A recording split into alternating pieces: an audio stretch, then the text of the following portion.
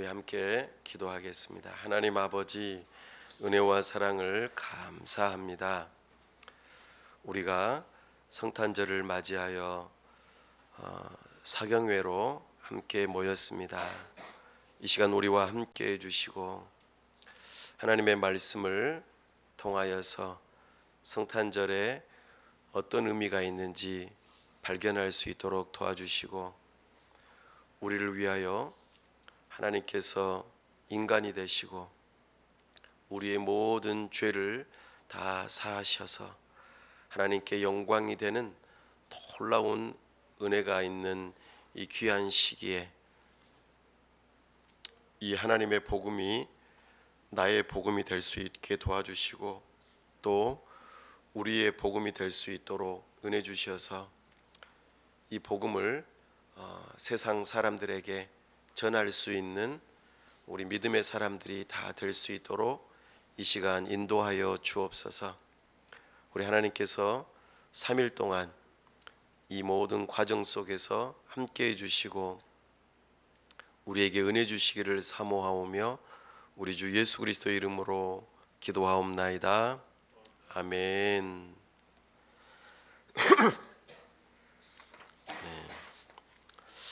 네, 오늘 성탄절 사경회 첫 번째 시간으로 성경 신학적인 관점으로 성탄절을 우리가 한번 살펴보는 시간을 가지려고 합니다. 성경 신학이라고 하는 것은 성경의 창세기부터 요한계시록까지 전체적인 그 66권의 그 시간적인 흐름 속에서 성탄절이라고 하는 것이 어떻게 나타나 있는지 우리가 찾아보고 그것을 정리하는 것을 성경신학적인 관점이라고 그래요.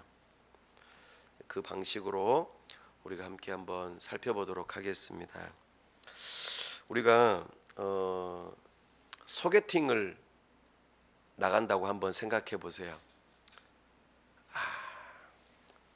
저도 제 아내를 만날 때 소개팅으로 나갔어요. 제가 아는 전도사님이 소개해 줘가지고 모월 모일 모시에 광주 그 땡땡땡 백화점에서 이제 만납시다 해가지고 만났죠. 그때 나올 때에 사진도 좀 미리 보고 그리고 또 어떤 사람인지 좀 듣기도 하고 그렇게 약간의 정보들을 들었죠. 그래서 한번 궁금하다 그렇게 해서 만났습니다. 우리가 그렇게 소개팅을 하러 갈 때에 그런 상대방에 대한 정보들을 얻어서 궁금해하고 상대방에 대한 그 이해가 깊어지면서 그 만남이 이어지는 그런 과정들이 있는데요. 우리 구약 성경은 예수님과 만나기 위한 그 소개팅을 위한 그 소개서와 같은 역할을 하는 것입니다. 구약 성경은 언제 쓰여졌습니까? 언제 처음에 쓰여졌죠?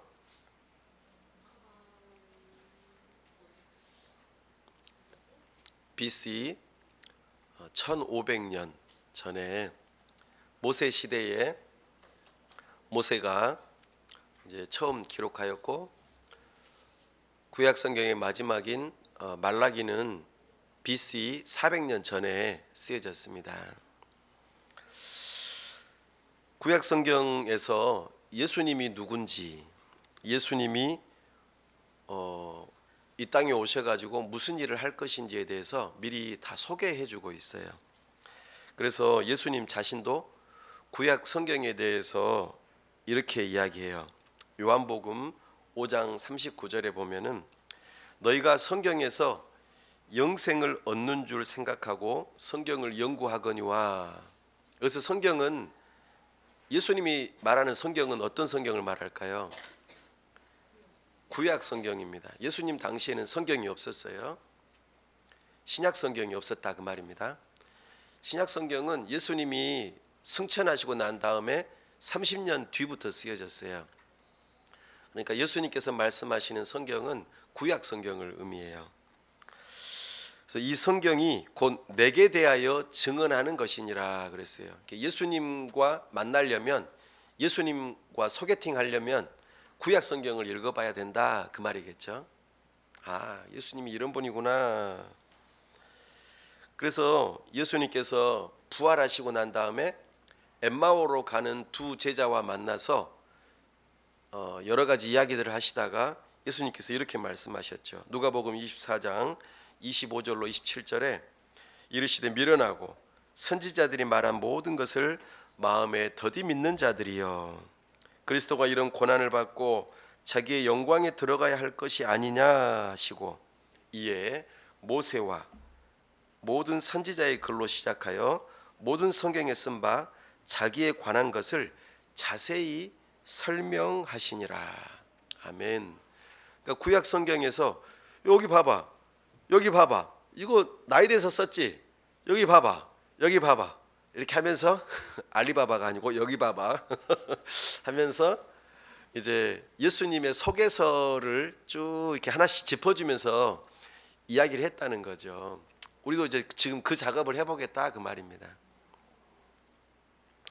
예수님께서는 그 산상설교에서 이렇게 말씀하셨어요.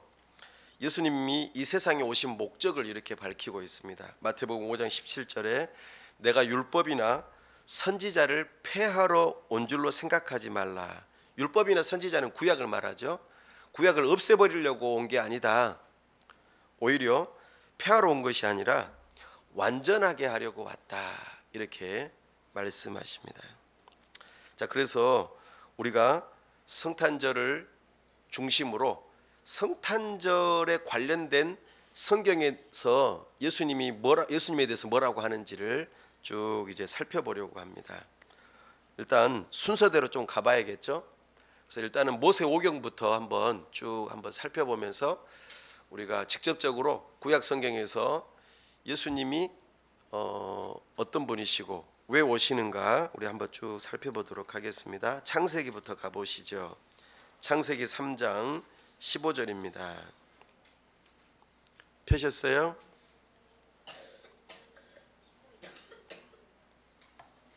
창세기 3장 15절. 이것은 인류 최초의 복음이라고도 합니다. 원시 복음이라고도 하죠. 악한 원수마귀의 뱀의 머리를 상하게 할 여자의 후손에 대한 그 예언이죠. 하나님께서 약속하시는 겁니다. 메시아에 대한 약속인데요. 창세기 3장 15절 시작.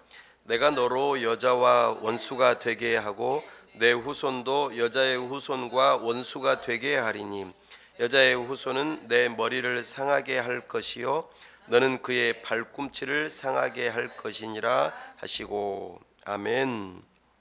그렇죠. 여자의 후손은 내 머리를 상하게 할 것이다. 사탄의 권세를 밟게 할 것이다. 근데 이 여자의 후손은 아담으로부터 해서 쭉 이어서 자식으로 태어나야지 여자의 후손이 되겠죠. 그 여자의 후손이 앞으로 태어나게 될 것이다. 그렇게 약속하셨죠. 그렇게 해서 시간이 흘러가면서 그 여자의 후손이 구체적으로 누구에게서 태어나는지 점점 더 구체적으로 되는데요. 창세기 22장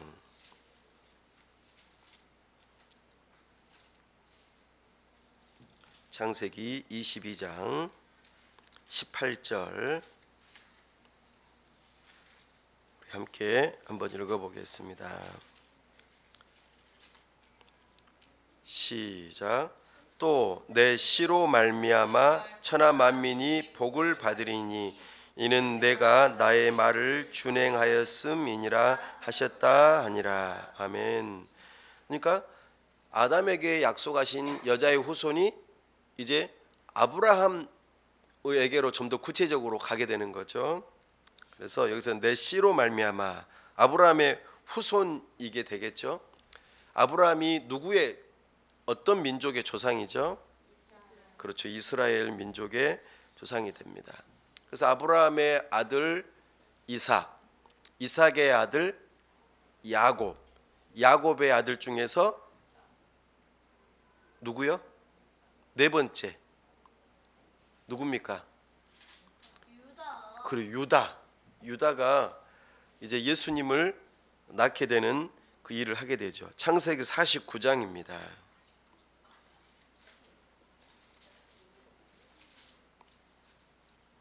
10절. 창세기 49장 10절 함께 낭독합니다. 메시아가 유다 지파에서 나와 가지고 왕권을 가지게 될 것이다. 왕으로서 오게 될 것이다. 그것에 대해서 구체적으로 이야기하죠. 10절 시작. 규가 유다를 떠나지 아니하며 통치자의 지팡이가 그 팔 사이에서 떠나지 아니하기를 실로가 오시기까지 이르리니 그에게 모든 백성이 복종하리로다. 아멘. 유다 지파를 통해서 규는 왕이 들고 있는 지팡이를 의미합니다. 홀이라고도 해요. 근데 실로가 오시기까지, 여기서 실로가 누구냐면은 바로 메시아이신 예수 그리스도 여자의 후손이 온다라는 그런 의미를 담고 있죠. 이렇게 이스라엘 백성들을 통하여 백성들 가운데에 여자의 후손이 올 것을 약속하는 거죠. 이것이 구체적으로 또 어떤 방식으로 나타나는지 민수기 24장 보겠습니다. 창세기, 출애굽기, 레위기, 민수기 24장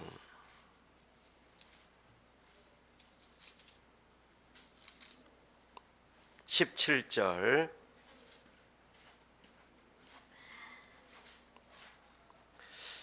이거는 이방 선지자 발람이 예언을 해요. 원래 그 발락이라고 하는 사람이 이름이 비슷한데요. 발락이라고 하는 왕이 발람이라고 하는 그 어떤 점술가를 불러다가 이스라엘을 저주해라. 빨리 저주하라고 했는데 하나님께서 그 이 발람에게 축복을 하게 만들어요. 그러면서 이 이야기가 나옵니다. 24장 17절 시작. 내가 그를 보아도 이때의 일이 아니며 내가 그를 바라보아도 가까운 일이 아니로다. 한 별이 야곱에게서 나오며 한 규가 이스라엘에게서 일어나서 모압을 이쪽에서 저쪽까지 쳐서 무찌르고 또 셋의 자식들을 다 멸하리로다. 아멘. 한 별이 야곱에게서 나오며 한 규가 똑같죠? 아까 조금 전에 야곱이 유다 지파를 통해서 여자의 후손이 이제 나오는데 그게 왕이 될 것이라고 하는 것, 그리고 야곱의 별에 대해서 이야기해요. 우리 이스라엘 국기에 보면은 그 가운데에 뭐가 있어요? 무슨 문양이 있어요? 별 모양이 있잖아요. 이스라엘의 국기를 보면은 다윗의 별이라고 하는 그 별이 딱 거기에 있어요. 이것이 바로 여기에서 말하는 그 별입니다. 이 말씀이 사실은 이제 나중에 이제 예수님에 대한 이야기이기도 하지만 나중에 한 번 더 언급하겠습니다만 동방 박사들이 그 예수님의 탄생을 왕이 태어난다라고 하는 그 별을 특별히 관측하면서 그 별을 따라오게 되는 일이 있게 되죠. 이렇게 예수님께서는 성탄절에 관련된 내용들로 미리 예고가 되고 있다는 것을 이야기하고 있습니다. 뿐만 아니라 이제 왕으로서 오실 분이면서도 또 선지자로서도 오실 것이다라고 이야기를 하죠. 신명기 18장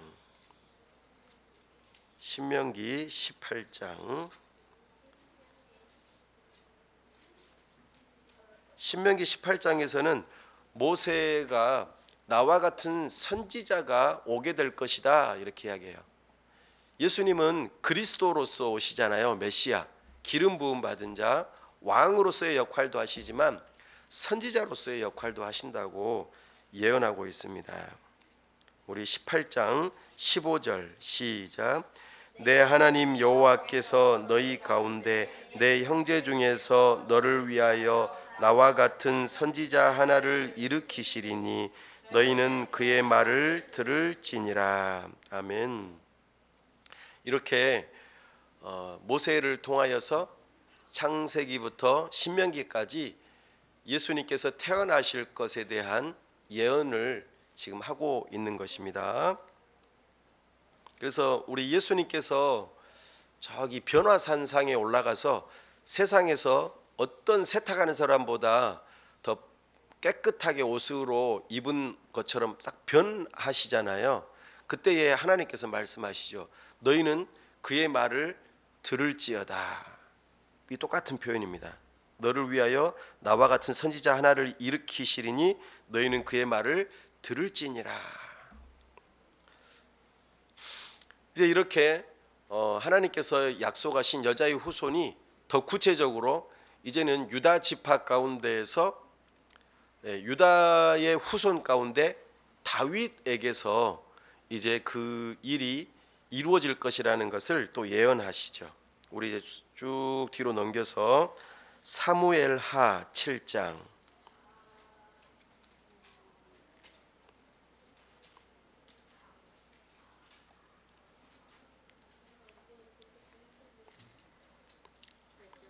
사무엘하 7장 12절.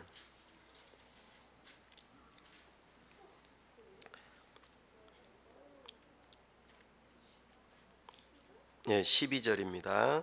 이제 하나님께서 나단 선지자를 통하여서 다윗 왕에게 그 주시는 말씀이에요.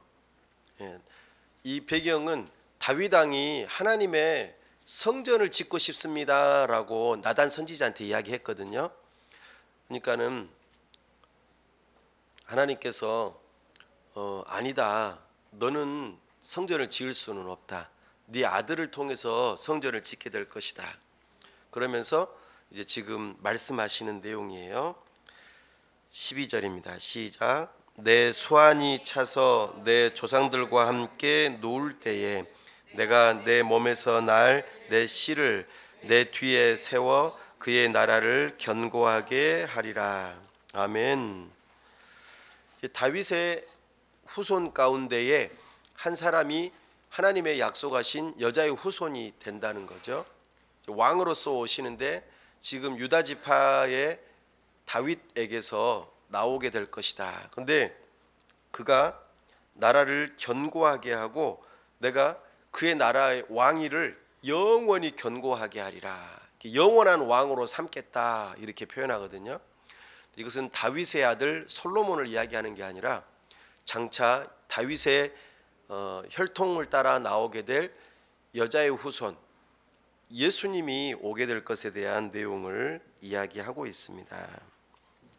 다윗이 이 말씀대로 붙들고 기도하는 가운데 시편 2편에서 그 메시아 예수님을 이렇게 표현하고 있습니다. 우리 시편 2편으로 가보겠습니다.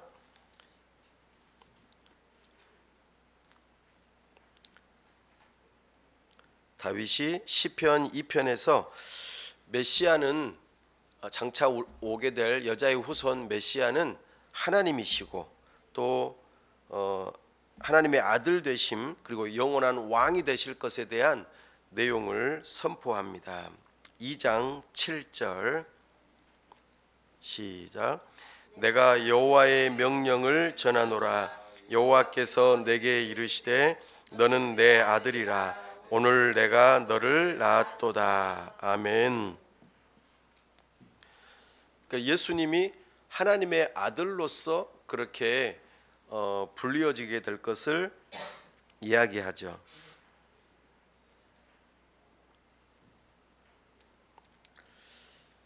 다윗은 분명히 자기의 후손임에도 불구하고 이분을 가리켜서 뭐라고 표현하냐면 내 주 이렇게 표현해요. 주님이다 그분은.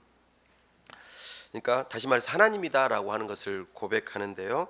시편 110편으로 한번 넘어가 보겠습니다. 시편 110편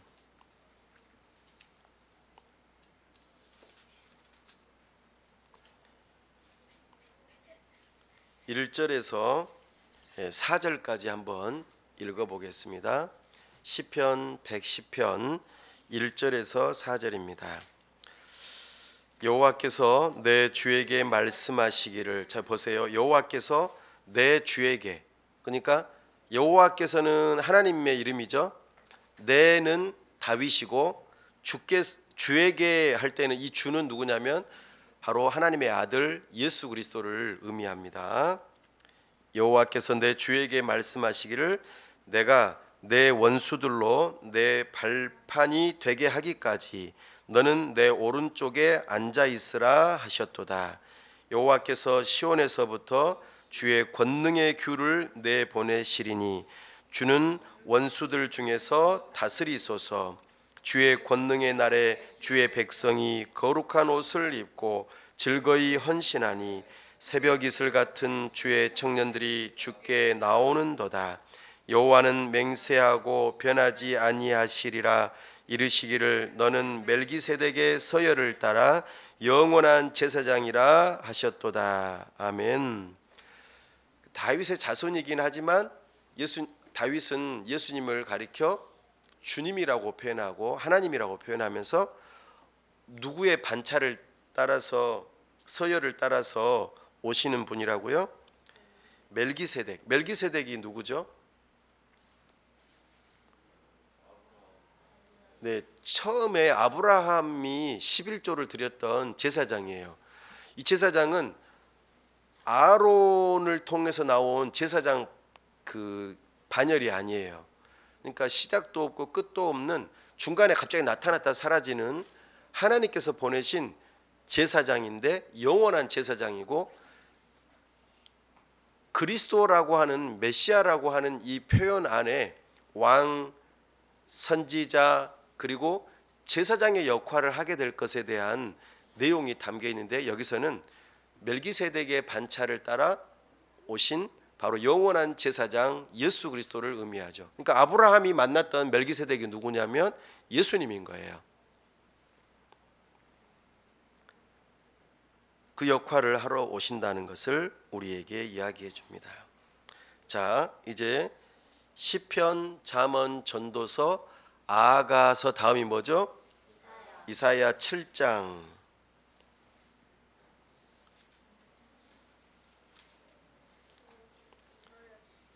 이사야 7장 14절. 이제 그 여자의 후손이신 예수님의 별명이 나타납니다. 아마 여러분들도 잘 아실 거예요. 그리고 어떤 사람에게서 태어날 것인지에 대한 내용이 나타나는데요. 한번 같이 읽어보겠습니다. 14절 시작. 그러므로 주께서 친히 징조를 너희에게 주실 것이라. 보라, 처녀가 잉태하여 아들을 낳을 것이요 그의 이름을 임마누엘이라 하리라. 아멘. 여자의 후손이 누구에게서 태어난다고요? 처녀. 우리는 누군지 알죠? 처녀가 누군지. 누구죠? 마리아. 그렇죠. 처녀를 다른 말로 동정녀라고도 표현합니다. 아직 결혼하지 않은 여자. 그리고 예수님의 별명이 뭐예요? 임마누엘. 하나님이 우리와 함께 하신다.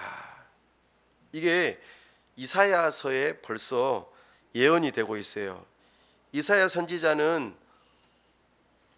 예수님이 오시기 한 700년 전 사람이에요. 그러니까 이렇게 예언을 하고 있다는 것을 볼 때에 놀랍지 않습니까? 자, 거기에서 9장 1, 2절 한번 보겠습니다. 바로 옆에 이사야 9장 1, 2절 말씀 시작. 전에 고통받던 자들에게는 흑암이 없으리로다. 옛적에는 여호와께서 스불론 땅과 납달리 땅이 멸시를 당하게 하셨더니 후에는 해변길과 요단 저쪽 이방의 갈릴리를 영화롭게 하셨느니라. 흑암에 행하던 백성이 큰 빛을 보고 사망의 그늘진 땅에 거주하던 자에게 빛이 비치도다. 아멘. 여기서 어떤 지명이 나와요? 스불론 땅, 납달리 땅, 그리고 또 하나 지명이 또 나오죠. 갈릴리. 예수님이 어디에서 사셨어요? 갈릴리의 나사렛 출신이시잖아요. 그리고 사역을 어디서 주로 하셨어요? 갈릴리 주변으로 사역을 하셨잖아요. 바로 이것이에요. 그러니까 예수님께서 이 땅에 오셔서 큰 빛으로서 이와 같은 일을 하게 될 것이다라는 하는 것을 예언을 지금 하고 있는 내용입니다. 조금 바로 뒤에 넘어가 보면 6절 7절 말씀 한 번 더 읽어보겠습니다. 6절 7절 시작. 이는 한 아기가 우리에게 낳고 한 아들을 우리에게 주신 바 되었는데 그의 어깨에는 정사를 메었고 그의 이름은 기묘자라 모사라 전능하신 하나님이라 영존하시는 아버지라 평강의 왕이라 할 것임이라. 그 정사와 평강의 더함이 무궁하며 또 다윗의 왕자와 그의 나라에 군림하여 그 나라를 굳게 세우고 지금 이후로 영원히 정의와 공의로 그것을 보존하실 것이라. 만군의 여호와의 열심히 이를 이루시리라. 아멘. 예수님이 여자의 후손, 특히 아기로 태어난다라는 것을 이야기하고 있죠. 그리고 그 예수님의 여러 별명들이 나타나고 있는 것을 우리에게 보여주십니다. 이처럼 예수님에 대해서 아주 좀 더 구체적으로 이사야가 지금 언급을 하고 있습니다. 바로 한 장 더 넘겨보면 이사야서 11장 1, 2절. 이사야서 11장 1, 2절 시작. 이새의 줄기에서 한 싹이 나며 그 뿌리에서 한 가지가 나서 결실할 것이요 그의 위에 여호와의 영 곧 지혜와 총명의 영이요 모략과 재능의 영이요 지식과 여호와를 경외하는 영이 강림하시리니. 아멘.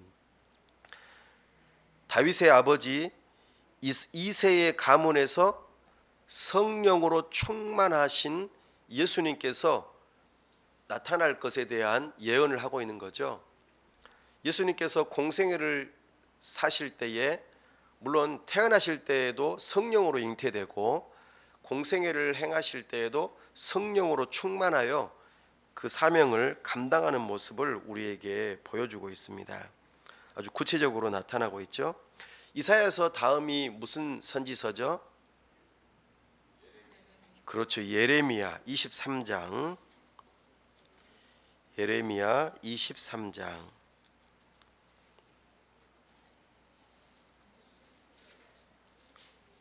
(5, 6절)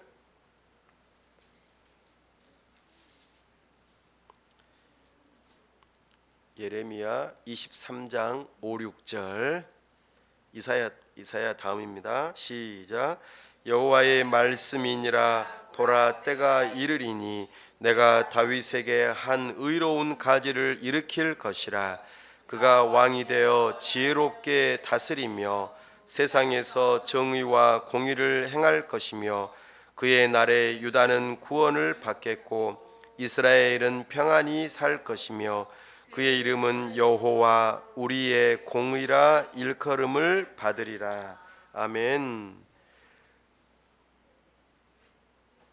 네, 다윗에게서 의로운 한 가지가 나온다고 그러잖아요. 그죠? 예레미야도 또 동일하게 다윗의 가문을 통하여서 하나님께서 그 예수님을 일으킬 것에 대한 내용을 함께 언급하고 있습니다.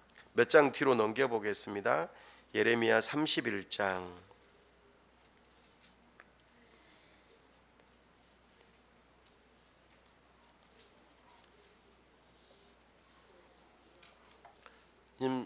지금 엠마오로 가던 두 제자에게 예수님께서 지금 이렇게 여기 봐봐 여기 봐봐 나왔지, 나에 대해서 나왔지, 지금 하고 있는 그런 장면하고 비슷한 거예요, 우리가. 예. 31장 15절 시작. 여호와께서 이와 같이 말씀하시니라. 라마에서 슬퍼하며 통곡하는 소리가 들리니 라헬이 그 자식 때문에 애곡하는 것이라. 그가 자식이 없어져서 위로받기를 거절하는도다. 아멘. 이거는 예수님께서 태어나셨다가 동방박사가 그 사실을 확인하고 헤롯에게 알려주기로 했는데 천사가 야 그거 아니다, 몰래 도망가야 된다 하고 난 다음에 소식이 없으니까 헤롯이 그 동방박사가 찾아온 것을 계산해 보니까 한 2년 안팎인 것 같아요. 그러니까는 전부 다 어떻게 해요? 2살 밑으로 다 죽이잖아요. 죽이라고, 베들레헴에 태어난 애들 싹 죽이라고 하잖아요. 지금 그것에 대한 예언이 내용입니다.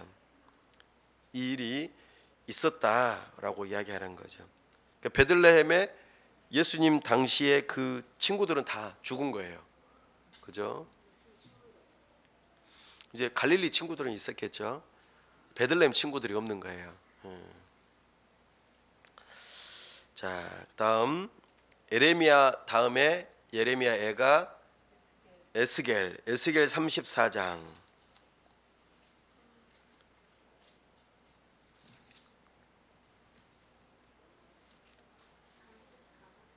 네, 에스겔 34장 23절.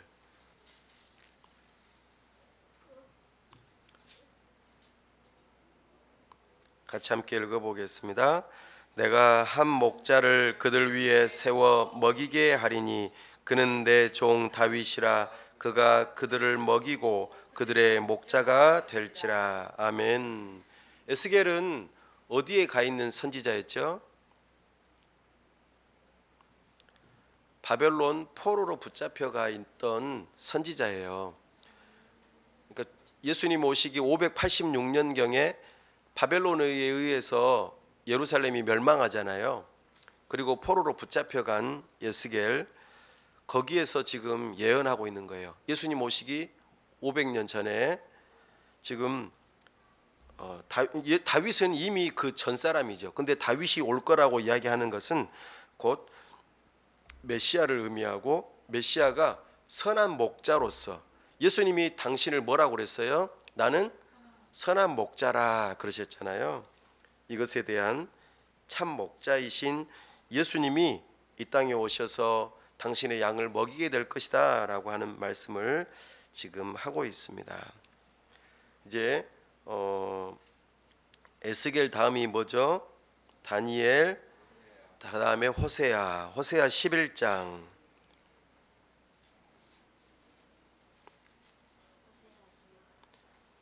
호세아 11장. 호세아 11장 1절 같이 한번 읽어보겠습니다. 시작. 이스라엘이 어렸을 때에 내가 사랑하여 내 아들을 애굽에서 불러냈거늘. 아멘. 이거는 이제 호세아 선지자는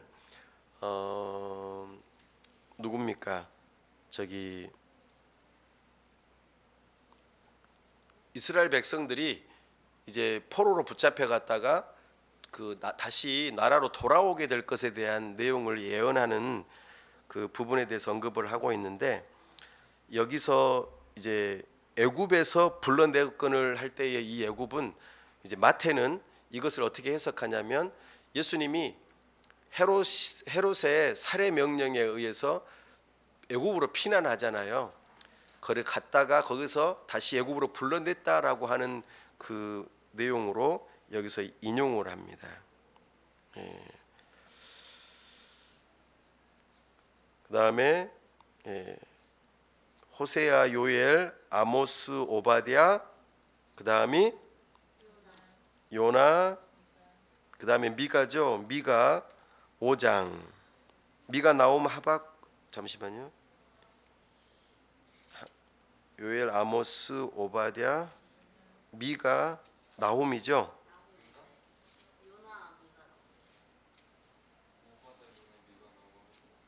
요엘, 아모스, 오바댜, 요나, 미가. 그렇죠. 미가 5장 2절. 이제 예수님께서 어디서 태어나시죠? 예, 베들레헴에서 태어난다는 것을 미리 예언해요. 500년 전에. 한번 볼까요? 5장 2절입니다. 시작. 베들레헴 에브라다야, 너는 유다 족속 중에 작을지라도 이스라엘을 다스릴 자가 내게서 내게로 나올 것이라. 그의 근본은 상고에 영원에 있느니라. 아멘. 하나님이신 거죠. 하나님이신데 베들레헴에서 태어나신대요. 이것을 헤롯이 자기 서기관들한테 물어봐가지고 알아내잖아요. 거기 베들레헴에서 태어난다고 하네요 하고는 동방박사들을 보냈잖아요. 자기는 안 갔지만 지금 이것에 대해서 지금 다들 알고 있는데 안 가는 거예요. 이상하죠, 참. 그죠? 지금 예수님이 태어날 장소는 베들레헴. 베들레헴은 누구 고향이죠? 아니, 다윗의 고향이죠. 그죠? 미가, 나움, 하박국, 스바냐, 학계, 스가랴. 스가랴 3장. 스가랴 3장 8절.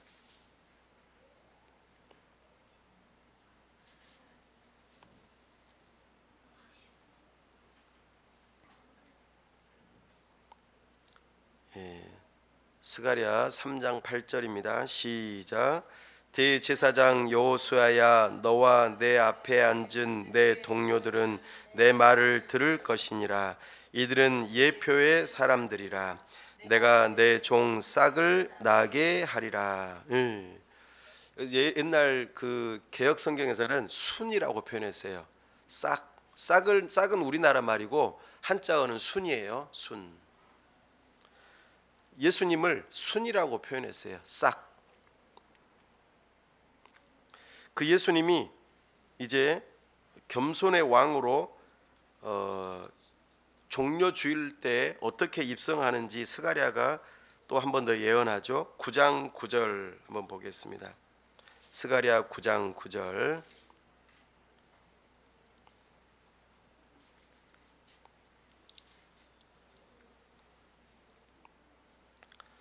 예, 이거는 이제 성탄절에 관련된 내용은 아니지만 이제 스가랴 9장 9절에 보면 예수님께서 예루살렘 성에 입성하는 모습을 한번 보여줍니다. 시온에 따라 크게 기뻐할지어다. 예루살렘에 따라 즐거이 부를지어다. 보라, 내 왕이 내게 임하시나니 그는 공의로우시며 구원을 베푸시며 겸손하여서 나귀를 타시나니 나귀의 작은 것 곧 나귀 새끼니라. 아멘. 이렇게 예수님의 태어나심 또 여러 가지 내용들을 이야기하는데요. 이제 마지막 구약의 마지막 성경이 뭐죠? 말라기 3장 1절. 예수님이 태어나기 6개월 전에 누가 태어나죠? 그렇죠. 세례 요한이 여기서 언급되어집니다. 시작. 만군의 여호와가 이르노라. 보라, 내가 내 사자를 보내리니 그가 내 앞에서 길을 준비할 것이요 또 너희가 구하는 바 주가 갑자기 그의 성전에 임하시리니 곧 너희가 사모하는 바 언약의 사자가 임하실 것이라. 아멘. 메시아가 오시기 전에 세례 요한이 그 앞길을 예비하게 될 것이라 라고 하는 것을 우리에게 언급해 주고 있습니다. 어떠세요? 이렇게 예수님하고 만나기 전에 소개팅이 있었어요. 구약에서 예수님이 이렇게 올 것입니다 라고 하는 것들을 사람들이 알고 있었던 것이죠. 그렇게 예수님께서 이 땅에 오셔서 우리를 구원하시기 위해서 어린아이의 모습으로 올 것에 대한 내용들을 쭉 이야기를 하죠. 이렇게 예수님 오시기 400년 전에 딱 예수님 오시는 것에 대해서 예언을 하고 갑자기 400년 동안 침묵해버려요. 예수님이 올 것에 대해서 예언을 안 해줘요. 그래서 암흑기라고도 해요. 하나님의 예언이, 하나님의 말씀이 없기 때문에 암흑기라고도 합니다. 그러면은 하나님의 약속은 어디로 갔을까요? 400년 동안 아무 말씀도 없으셔. 하나님은 약속을 어기신 걸까? 하나님은 비록 말씀은 해주시지는 않으셨지만 400년 동안 엄청난 일들을 준비하세요. 그게 뭐냐면 예수님이 오셔서 이제 그 복음을 듣게 하시고 그 복음이 온 세상에 퍼질 수 있도록 하나님께서 인류 역사 가운데에서 몇 명의 사람들을 들어 사용하셔서 그 일들을 준비시키시죠. 그 첫 번째 일이 뭐냐면 400년 동안 하나님께서 직접적으로 말씀은 안 하셨지만 인류의 역사 가운데 사신 일이 있어요. 첫 번째가 뭐냐면 마케도냐 왕국에 아주 유명한 왕이 있죠. 누굽니까? 알렉산더 대왕이 있어요. 예. 알렉산더 대왕이 온 세상을 다 점령하지 않습니까? 그래서 더 이상 점령할 데가 없어서 슬피 울었다는 그 알렉산더 대왕이 30세가 되어서 그 일을 다 완수했어요. 야, 30세밖에 안 됐는데 온 제국을 다 제패했어요. 대단하죠? 그리고 그가 펼쳤던 중요한 정책 중에 하나가 뭐냐면 온 제국을 다 점령하고 난 다음에 언어를 헬라어를 써라 그렇게 정해놨어요. 모든 제국에 있는 사람들이 다 똑같은 말을 쓰는 거예요. 무슨 말을 써요? 헬라어를 쓰는 거예요. 자기 나라 말도 쓰지만 헬라어를 배우게 해가지고 문화적으로 다 어느 지역을 가든지 서로 말이 통하도록 준비를 해놨어요. 그래서 이 헬라어가 예수님 오시는 당시에도 다 무슨 말을 썼어요? 헬라어를 쓴 거예요. 그래가지고 예수님이 오시기 전에 한 200년 전에 어떤 일이 있었냐면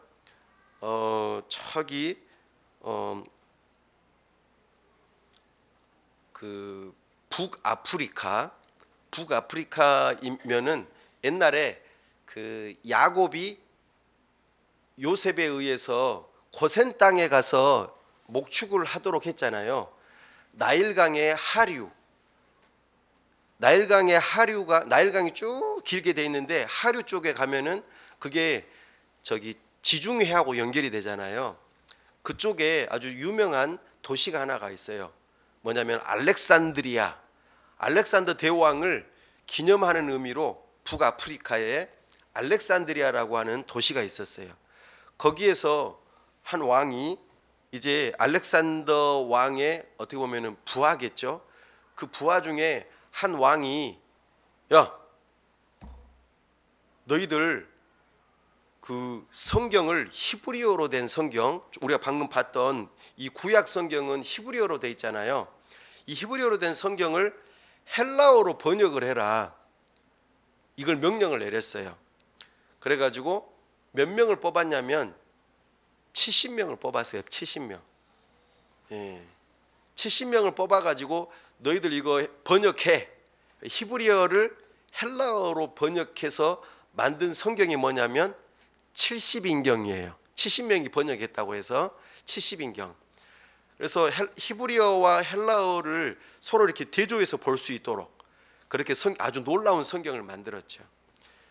구약 성경인데 헬라어로 만들어진 거죠. 번역된 거죠. 그러면은 사람들이 구약 성경을 알까요? 모를까요? 다 아는 거죠. 그렇게 사람들을 준비시킨 거예요. 아, 그렇구나. 그리고 또 하나님께서 중요한 또 하나의 두 번째 사람을 준비하시는데 그게 누구냐면 로마의 황제를 준비하세요. 그래서 로마의 황제가 알렉산더 대왕이 점령했던 그 제국을 전부 다 흡수해 버려요. 그리고 온 유럽까지 다 통합해 가지고 더 큰 제국을 만들어요. 엄청나게 큰 제국을 만들죠.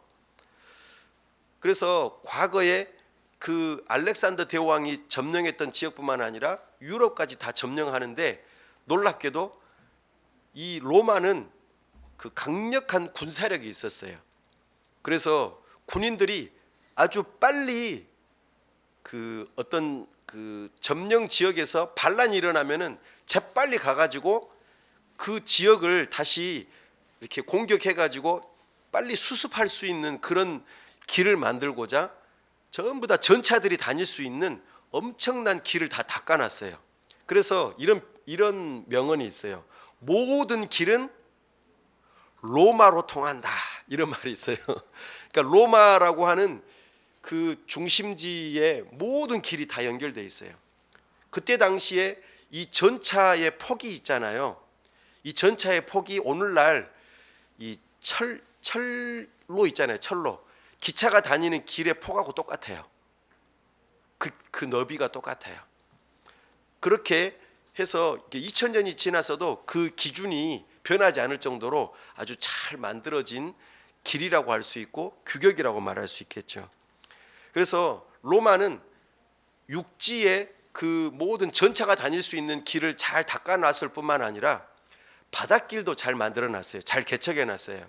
그래서 바다에 그 해로를 잘 만들어가지고 무역을 잘 할 수 있도록, 또 그 전쟁을 하러 갈 때에 군사들을 싣고 가는 배들이 잘 빠르게 갈 수 있도록 전부 다 길을 다 닦아놓고 거기에 따르는 항구들을 잘 만들어놨어요. 이것이 두 번째로 예수님이 오시는 길이 예비된 거예요. 첫 번째는 헬라어가 통일되어지고 헬라어로 번역된 히브리어가 있었고, 두 번째로는 모든 길이, 육상의 길과 해상의 길이 전부 다 아주 빠르게 연결되어 있고, 이것이 빠르게 잘 연결되어 있으니까 우편 제도가 아주 빨라졌어요. 우편 제도가. 그래서 우편이 아주 빠르게 전달될 수 있도록 그렇게 됐죠.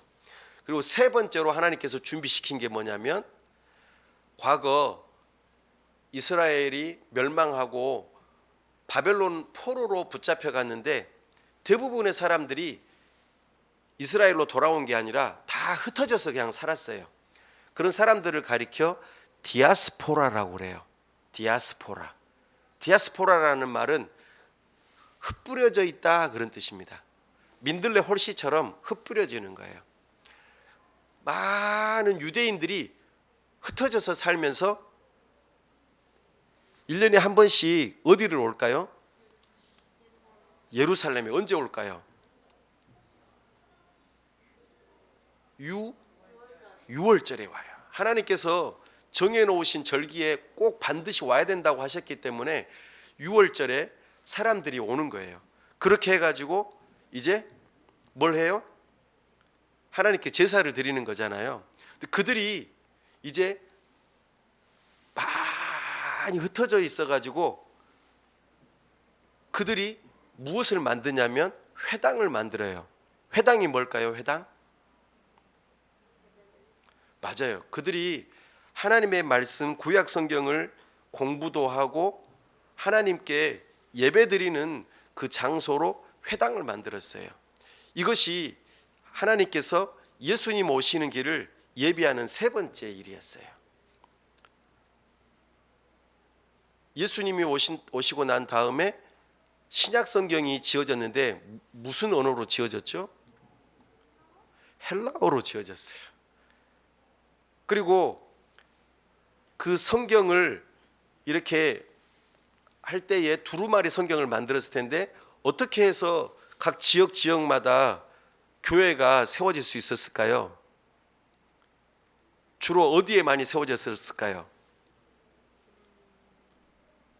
모든 길은 로마로 통한다고 그랬잖아요. 그러니까 거기에 모든 우편물이 배달될 수 있는 적당한 도시들에 전부 다 교회가 세워진 거예요. 그래서 요한계시록에 보면 에서보두, 사빌라 전부 다 거기가 우편 집중국이에요. 우체국이 있는 곳이에요. 그럼 이쪽에서 에베소에서 그 서신을 받았으면은 그 다음 지역으로, 그 다음 지역으로, 그 다음 지역으로. 그리고 사도 바울이 복음을 전할 때 주로 어디를 근거로 복음을 전했습니까? 유대인들이 주로 모이는 회당, 조금 전에 말했잖아요. 디아스포라들이 모이는 회당을 중심으로 사도 바울이 복음을 전했어요. 그래서 복음이 아주 빠르게 전하게 될 수 있는 계기가 된 것이죠. 사랑하는 여러분, 하나님께서 예수님이 오시는 그 길을 인류의 역사 가운데 400년 동안 눈에 보이지 않게 세 가지 일을 준비하셨다라는 거예요. 이것이 하나님의 일하심이에요. 그렇게 우리가 하나님의 일하심을 보면서 우리가 놀랍게, 참으로 놀랍게 하나님의 예수님 오심을 준비하였던 모습을 바라보게 됩니다. 예. 뭐는 아직 안 끝났어요. 그렇게 해서 이 구약의 내용들이 전부 다 성취되는 모습을 우리에게 이제 보여주십니다. 이제 말라기 다음 성경이 뭐죠? 맞아요, 마태복음이에요. 마태복음 1장 22절, 23절 우리 함께 읽어보겠습니다. 1장 22절, 23절 시작. 이 모든 일이 된 것은 주께서 선지자로 하신 말씀을 이루려 하심이니 이르시되 보라 처녀가 잉태하여 아들을 낳을 것이요 그의 이름은 임마누엘이라 하리라 하였으니 이를 번역한즉 하나님이 우리와 함께 계시다 함이라. 아멘. 마태복음 2장 5, 6절 시작.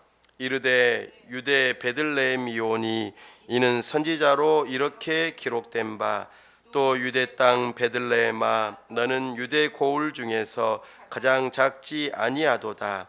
내게서 한 다스리는 자가 나와서 내 백성 이스라엘의 목자가 되리라 하였음이니이다. 아멘. 그렇죠. 우리 예수님께서 그렇게 태어나신 것을 알 수 있습니다. 15절이요. 헤롯이 죽기까지 거기 있었으니 이는 주께서 선지자를 통하여 말씀하신 바 애굽으로부터 내 아들을 불렀다 함을 이루려 하심이라. 아멘. 호세아서 말씀을 이루시는 거죠. 17, 18절 이에 선지자 예레미야를 통하여 말씀하신 바 라마에서 슬퍼하며 크게 통곡하는 소리가 들리니 라헬이 그 자식을 위하여 애곡하는 것이라. 그가 자식이 없으므로 위로받기를 거절하였도다. 아멘. 그렇게 예수님께서 그 오실 때에 희생당하는 모습들도 함께 보이기도 합니다. 우리 마태, 마가, 누가복음 가보겠습니다. 누가복음 1장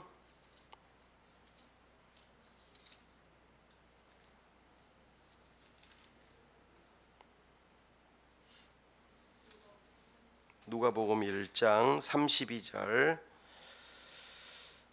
시작. 누가복음 1장 32절 33절 그가 큰 자가 되고 지극히 높으신 이의 아들이라 일컬어질 것이요 주 하나님께서 그 조상 다윗의 왕위를 그에게 주시리니 영원히 야곱의 집을 왕으로 다스리실 것이며 그 나라가 무궁하리라. 아멘. 다윗 언약을 통하여서 그 뜻이 이루어졌다라는 것을 지금 말씀을 통해서 우리에게 알려주고 있습니다. 그렇죠? 예.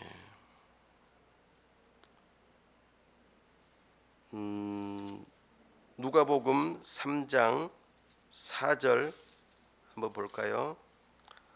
3장 4절 시작. 선지자 이사야의 책에 쓴 바 광야에서 외치는 자의 소리가 있어 이르되 너희는 주의 길을 준비하라 그의 오실 길을 곧게 하라 모든 골짜기가 메워지고 모든 산과 작은 산이 낮아지고 굽은 것이 곧아지고 험한 길이 평탄하여질 것이요 모든 육체가 하나님의 구원하심을 보리라 함과 같으니라. 아멘. 예수님께서 이 땅에 오실 때 세례 요한이 와서 그 길을 예비할 것에 대한 내용을 우리에게 이야기하고 있습니다. 네. 그리고 앞으로 한번 더 들어가 볼까요? 마태복음 2장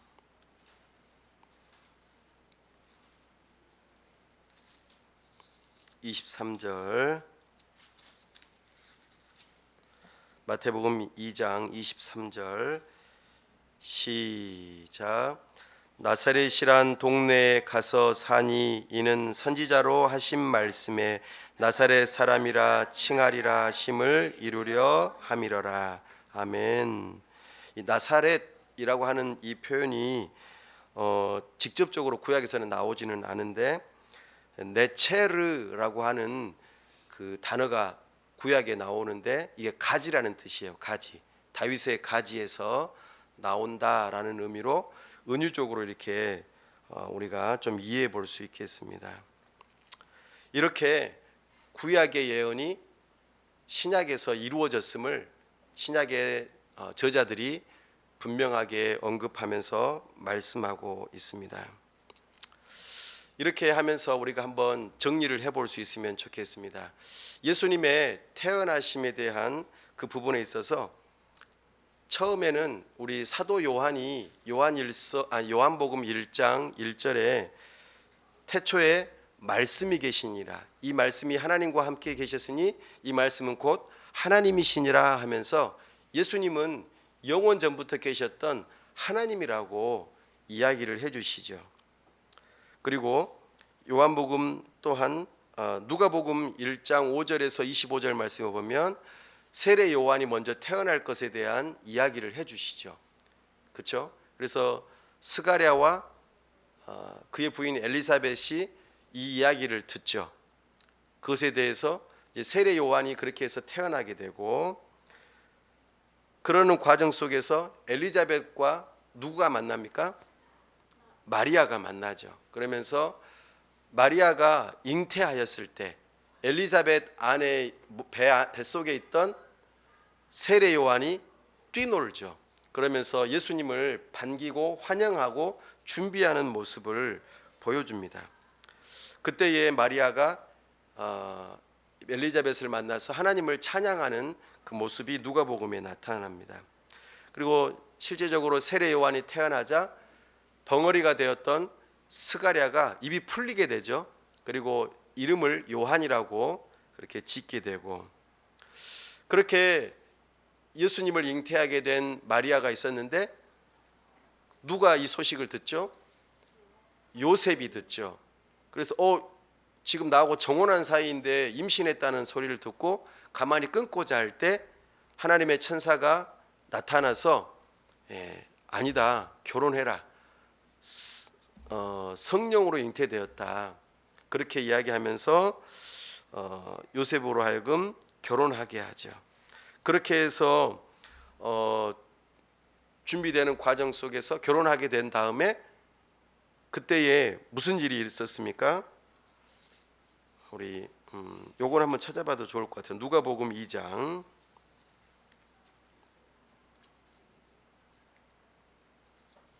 누가복음 2장 1절 시작. 그때에 가이사 아구스도가 영을 내려 천하로 다 호적하라 하였으니 아멘. 호적령을 내려서 이제 사람들에게 세금을 걷어들이기 편하게 하기 위해서 그 일을 했어요. 그렇게 해서 전부 다 호적을 하러 가는데 이 누굽니까? 요셉과 마리아는 고향이 어디예요? 예, 나사렛에서 살고 있지만 원래 다윗의 혈통을 따라서 태어났기 때문에 베들레헴으로 가야 돼요. 그래서 자기 고향으로 가서 호적을 하게 되죠. 그래서 예수님이 어디에서 태어나셔요? 베들레헴에서 태어나십니다. 그때에 그 여관방을 구했는데 못 구하시죠. 그래서 어디에서 태어납니까?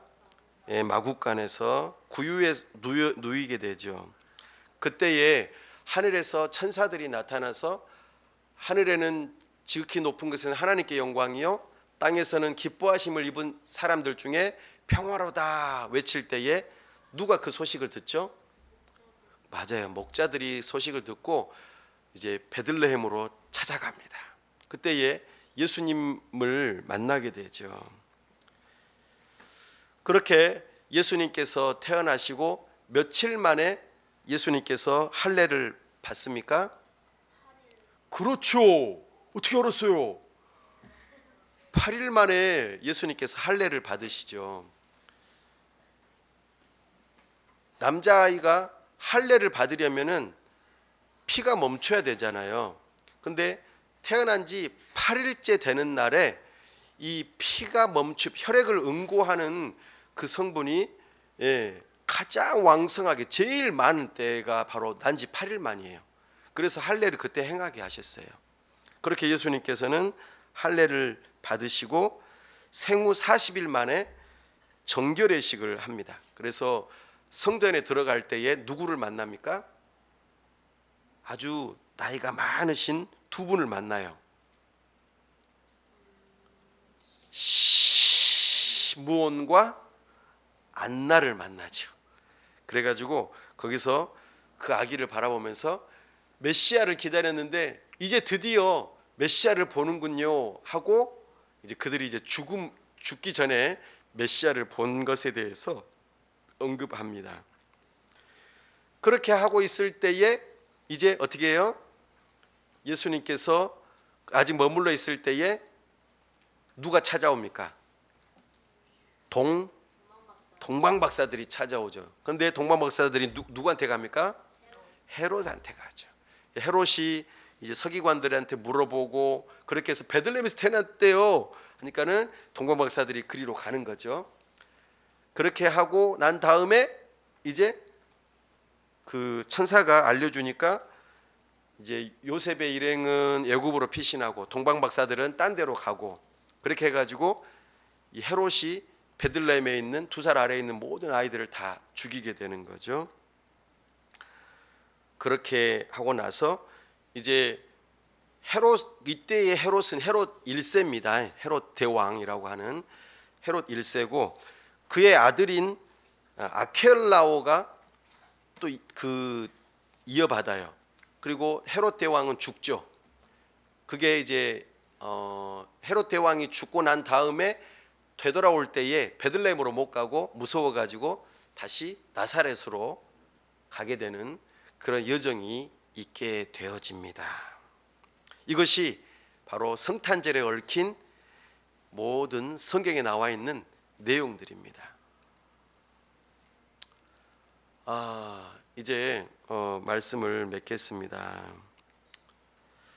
우리는 이 수많은 메시아에 대한 예언과 약속을 통해서 우리가 세 가지를 좀 교훈을 받을 수 있기를 바라요. 첫째는 예수님이 구약의 메시아 예언을 성취하셨다라는 것을 통해서 우리가 첫 번째로 확인할 수 있는 것은 뭐냐면은 성경이 하나님의 말씀이다. 이것을 증거하는 것입니다. 그래서 피터 스토너라고 하는 학자가 있었어요. 어떤 학자가 있었다고요? 피터 스토너. 피터 스토너라는 학자가 과학적으로 이렇게 말해요. 만약에 구약에서 메시아에 대한 예언 중에서 예언이 이렇게 많이 있는데 그 중에서 8개만이라도 성취가 된다면 그것은요 10의 17승분의 1의 확률로 이루어질 수 있는 것이다 라고 말해요. 이게 어느 정도냐면요, 한번 들어보세요. 미국의 그 텍사스 주에 60cm 높이로 동전을 쌓아놓고 그 동전에다가 뭔가 표시를 하나 해요. X 표시든 뭔 표시든 표시를 해놓고 그 다음에 막 섞어요. 안 보고 막 섞어가지고는 다시 세워놨어요. 근데 안 보고 그 표시해 놓은 것을 선택할 수 있는 확률이래요, 이게. 그러니까 8개만, 그 구약에서 말한 이 예언이 8개만 성취가 돼도 그 정도로 높은, 이렇게 엄청나게 아주 극소수의 확률이라는 거죠. 그런데 만약에 그것의 8배, 48개의 예언이 맞은다면 그것은 한번 들어보세요. 10의 157승분의 1 확률이래요. 이게 어느 정도냐면 감이 안 잡히는데 60억 광년 고박이 10의 28승 크기를 반지름으로 하는 공간에다가 전자를 빽빽히 채웠을 때의 그 크기 중에서 전자 하나를 찾아내는 확률이래요. 그럴 수 있겠어요? 없겠죠? 엄청나게 광대한 그 크기의 그곳에다가 전자를 엄청나게 많이 심어놨는데 그 중에서 딱 한 개만을 딱 집어가지고 찾아낼 수 있는 확률이래요. 이게 불가능하단 말이에요. 솔직히 말해서 구약의 8개의 예언만 맞춰도 그 60cm 세워놓은 그 동전 중에서 하나를 선택할 수 있는 확률이라고 했는데 그것의 8배, 48개의 메시지가 성취된다면 그것은 도저히 불가능한 확률의 그런 가능성이 있는 일이라는 것을 이야기합니다. 다시 말해서 구약의 예언이 성취될 수 있는 확률이 제로에 가깝다는 거예요. 도저히 성취될 수 없다는 거예요. 그런데 다 성취됐어요. 이것은 성경이 믿을 수 있다는 뜻이에요. 놀랍지 않습니까? 예. 두 번째로, 예수님이 메시아라는 사실은 우리 기독교 신앙과 복음 전도에 있어서 가장 중요한 특징이에요. 유대인들은 그 구약의 예언을 성취하러 예수님이 오셨다는 것을 받아들이지 않아요. 그럼에도 불구하고 그들 가운데에서 하나님의 택함 받은 유대인들, 예수님의 제자들이죠. 예수님의 제자를 중심으로 초대교회를 이루었던, 예루살렘 교회를 이루었던 그들이 예수님을 메시아로 믿은 것이죠. 그리고 그 예수님이 그리스도시다, 주는 그리스도시요 살아계신 하나님의 아들입니다 라고 온 세상에 전했다는 것이 우리에게 놀라운 일입니다.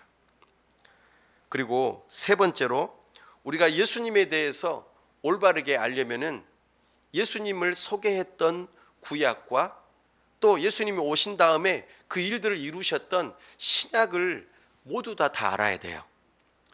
구약과 신약은 다 공이 하나의 성경입니다. 그래서 우리는 구약과 신약을 균형 있게 알아가면서 예수님을 올바르게 믿을 수 있다는 것입니다. 사랑하는 여러분, 오늘 우리가 성경 신학적으로 성탄절을 함께 살펴보았어요. 조금 길긴 했지만 사실 준비한 건 더 있어요. 더 있는데 벌써 시계를 보고 있어서 제가 멈추도록 하겠습니다. 사랑하는 여러분, 우리 예수님께서 이 땅에 오신 것은 정말 놀라운 일이에요. 우리를 구원하시기 위하여 과거 예수님 오시기 1500년 전부터 예언이 된 이 내용이 실제로 성취가 됐고 그 일들을 다 이루셨습니다.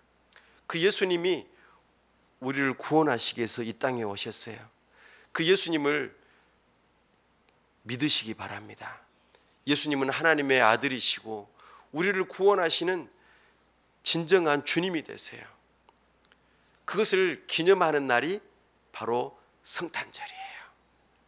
이 믿음이 저와 여러분에게 다 있기를 간절히 바랍니다. 기도하겠습니다. 하나님 아버지, 은혜와 사랑을 감사합니다. 오늘 성경 신학적인 관점으로 성경을 구약에서부터 신약까지 하나하나 찾아보면서 정말 예수님께서 이 땅에 오실 것에 대한 예언이 하나하나 다 성취되어진 모습을 바라봅니다. 도저히 과학적으로도 불가능하다고 여겨지는 이 엄청난 예언들이 다 하나도 빠짐없이 이루어지는 것을 바라보게 됩니다. 정말 1500년 동안 그렇게 작성되어졌고 어느 누구 하나 맞춰본 적이 없는 이 성경이지만 하나님의 말씀으로 세워지고 그 말씀이 전부 다 성취된 것을 바라보게 됩니다. 그렇게 하나님의 약속하신 바대로 영원 전부터 계셨던 하나님이신 예수님께서 죄인된 우리를 구원하시고자 여자의 후손으로 이 땅에 오신 그 주님을 찬송합니다. 신실하게 그 약속을 지키시고 우리에게 새로운 생명을 주시고 과거에 창조하셨던 그 세상이 죄로 말미암아 참으로 흑암으로 가득했지만 우리 예수님 다시 오셔서 새로운 창조를 이루시고 구원을 이루시는 놀라운 은혜가 우리에게 시작되었음을 이 성탄절을 통하여 알려주시니 감사합니다. 이 성탄절을 소중하게 여기게 해주시고 이 믿음으로 예수님을 주님으로 믿는 우리 모두가 될 수 있도록 도와주시옵소서. 우리 주 예수 그리스도의 이름으로 기도하옵나이다. 아멘. 오늘 성탄절 사경의 첫 번째 날 마치도록 하겠습니다.